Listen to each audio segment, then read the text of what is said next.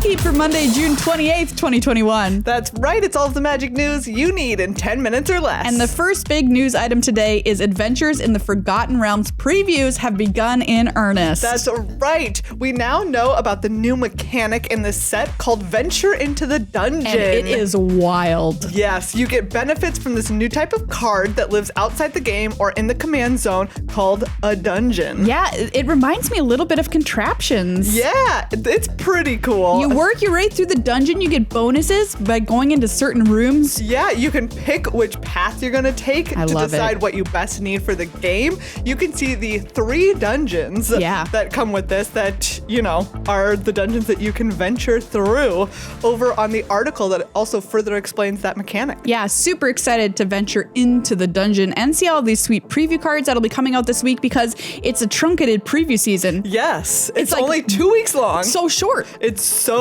short. So you're gonna be getting cards every day. Yeah, and if you want to know where to look for those cards, don't worry, there's a list of all the content creators who'll be previewing cards here for preview season.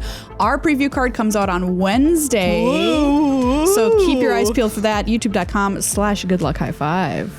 Next up, some arena announcements. There are the Adventures in the Forgotten Realms pre-order bundles on sale now. Nice. There's a Lolth and Eliwick bundles. So obviously one has the packs, one has the Mastery Pass and that sort of stuff. Make sure you get on over there and get whichever one of those suits your needs for the newest set coming up. So another cool thing happening on Arena is Chromatic Cube. It's a brand new cube. It's available through July 8th. Its whole deal is big mana, lots of colors of mana, lots of mana fixing. Yeah. So if you like to do big, busted, broken things that cost 5 colors of mana, this is the cube for you. That's right. Jumpstart also leaves on July 8th. So if you've been enjoying Jumpstart or you haven't gotten your fill of it this time around, make sure you do that before the 8th. And hey, P.S. Megan's got a little The More You Know for you. That's right. Did you know that they added card styles to the ranking rewards? Sick. I didn't, but now you do. All right, well, that gives me more motivation to try and rank up because... Yeah. I think you get one of them at gold and you get both of them at platinum. I'm just saying, card styles are why I play Arena. I mean, card styles. Card styles are by far the best benefit. As I think that you can glean from every time that we talk about events that award card styles. That's all we want. Very high priority on this podcast. We've got some promos to tell you about coming up for the Summer of Legend at your LGS. That's right. There's Fabled Passage, Aven Mind Sensor, Dig Through Time, Olus's Citadel, Goblin Guide, and Scavenging Ooze in the retro frames. Oh, so cool. So, and then those also come with a code for Japanese alternate art planeswalkers on Arena. Oh, that's awesome. So it's up to your LGS how you get them or how they will give those out to players. So make sure that you check in with them about what kind of cool events they might be having that award those promos. The same go with the Adventures in the Forgotten Realms ampersand promos, which are coming to WPN premium stores. Oh, okay. Later on this year. And that's really cool. It's like the cards, some of the like more iconic cards from Adventures in the Forgotten Realms. And then they have like this embossed like the giant D&D ampersand. Oh, that's that has cool. like a dragon on it and everything. Wow. They look pretty cool. So kind of a nice little bonus for returning to your LGS if you've had to be away for some time due to the pandemic. Get on out there. All right, some news from this past weekend.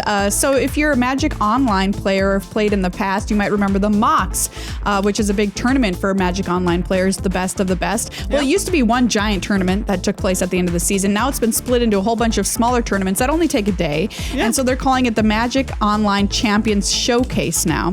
And this past weekend, Yuki Ichikawa won the one from this past weekend. He's a 2-time Pro Tour top 8er. The event is very small. It's only 8 players. Yeah. The various top Magic Online qualifiers got them to this tournament. They played Modern Horizons 2 Draft and Modern. So split format tournament. Plus we got to see Draft at the highest level. Yeah. Which has been forever since we've seen it. We miss Draft. We miss Draft so much. Yeah, we do. And Modern Horizons 2 is just a wacky draft format. Yep. Yep. So I got to tell you about something. I was casting with Marshall, which, getting the band back together, which was great too. But what happened is in the first round of draft in this tournament, we watched Max Mick play. He drafted this archetype he called a secret that he discovered. It was Jeskai, and it was a really weird, like kind of controlling archetype. And he played against Yuki in this round, and he was playing a 5-color Aethersworn Sphinx deck, which was just also wild. Nice. And game 3 of this round 1 of draft, I'll put a link in the show notes,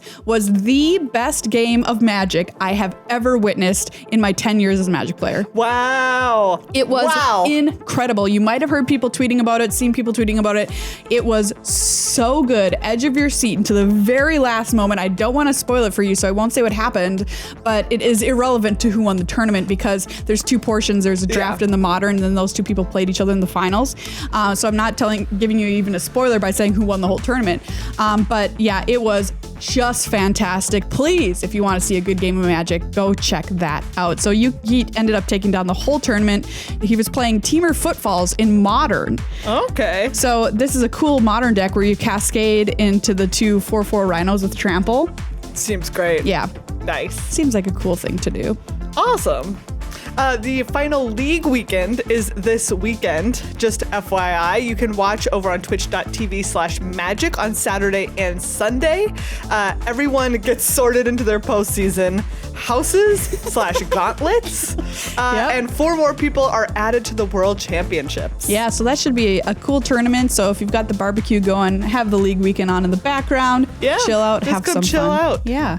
And Nils Ham sold the art for Glimmer Baron from Modern Horizons 2 for $28,000. Wow. It went to the same person who bought like the companion piece of Glider Baron, whichever the other Baron is Baron that Nils Ham painted. The same person got this one. So they have both. Also, it's creepy. It's creepy art. I'm just gonna say it. Take a good look at it.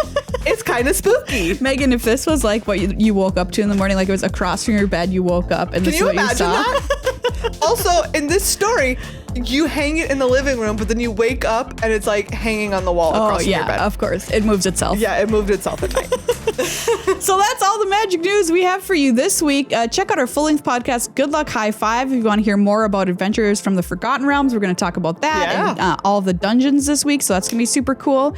And you can support this show and all of our other work over on patreon.com/GLHF Magic.